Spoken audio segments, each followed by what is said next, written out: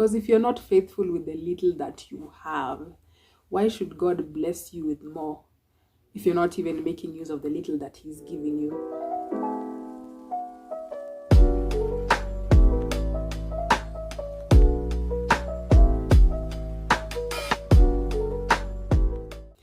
Hi guys, welcome back to my channel. My name is Melissa Joe. If you are not familiar with me,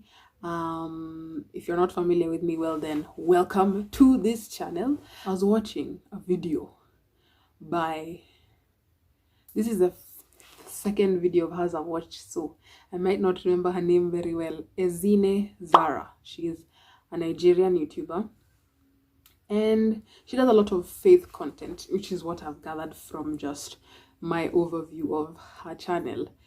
And she has a video where she talks about why you don't need a platform, and it was inspired by the fact that yes, she has over 1,000 subscribers. A lot of people comment her for that, and they make comments and they're always like, you're so lucky, you're so blessed. If I had a platform like yours, if I had the numbers that you have, then I would run with it and I would make such an impact for the kingdom of God. In a nutshell, I have paraphrased what she said. And she knows of people who write blogs and stuff but don't get as many views as they would like, and that really discourages them. That reminded me of the parable of the talents. And so, you know, there were 3 servants and their master left for a trip, and he left each of them with some money. Talents were the currency that were used then in whatever area that parable was told in. So there was one who was left with 1 talent. I believe there's another who was left with 3 or 5. And then there's another one who was left with either 5 or 10, if I remember the story correctly. And so the one who was left with the 1 talent ended up hiding the talent, and then the other 2 ended up multiplying the talents that they were given, which sometimes I go towards the thought of there was a specific reason the master gave the 2 who multiplied their talents more talents than this one with the 1, because it's like the master knew his servants. So the one who hid the money, he gave 1 talent because he probably knew this servant's tendencies. He probably knew how this servant perceived him, and so he was like, I can't really trust you with a lot because you won't make use of it. Anyway, that's not the point of the story. So the one who had received the 1 talent and hid it had a preconceived notion about his master, and he, you know, in his mind he had concluded that his master was a very mean person who, you know, if anything happened to this 1 talent that he was given, his master would be pissed. So that's why he hid it, which was not far from the truth concerning his master.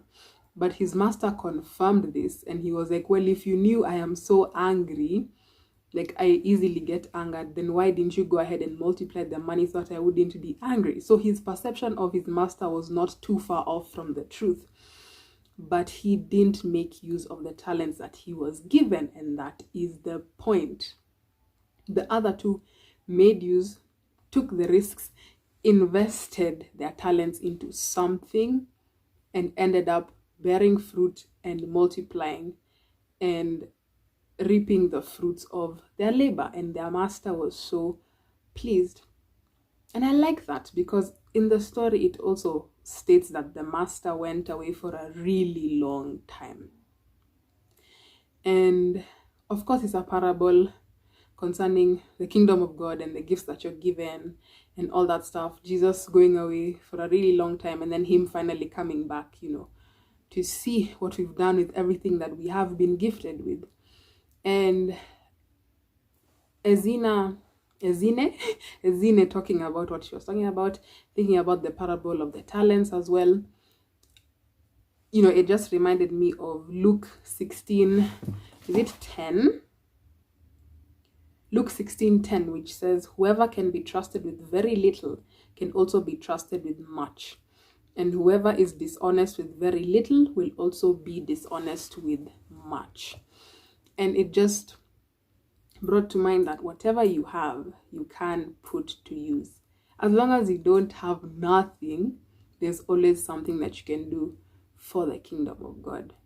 So even that breath in your lungs that you have, that voice that you have, I'm not even talking about a singing voice, the fact that you can speak, you know, the fact that you can see, the fact that you have arms, you can use that to hug somebody, brighten up their day, show them some love, you know. There's so many things we take for granted, and they are all actually gifts from God. And I think we are so used to it all that it's like, I don't consider this a gift because it's something I have every day. You know, make use of the little that you have. Make use of the little that you have. And avoid comparing yourself with people who are in higher levels. Because if you're not faithful with the little that you have, why should God bless you with more if you're not even making use of the little that He's giving you? You may say, yes, if I had more, I would do this and this and this and this with it. But trust, if you're not faithful with the little that you have already, when you receive that more, there's nothing you're going to do with it. You will hide it. If that servant was given the 1 talent, was given 10 talents, he would still hide the 10 talents. Okay, so let God trust you. Let God trust you. Be faithful with the little and be blessed with a lot more. So thank you guys for listening to this video. I have been Melissa Jo. I still am Melissa Jo, and I'll continue to be Melissa Jo. See you in my next YouTube video. Bye.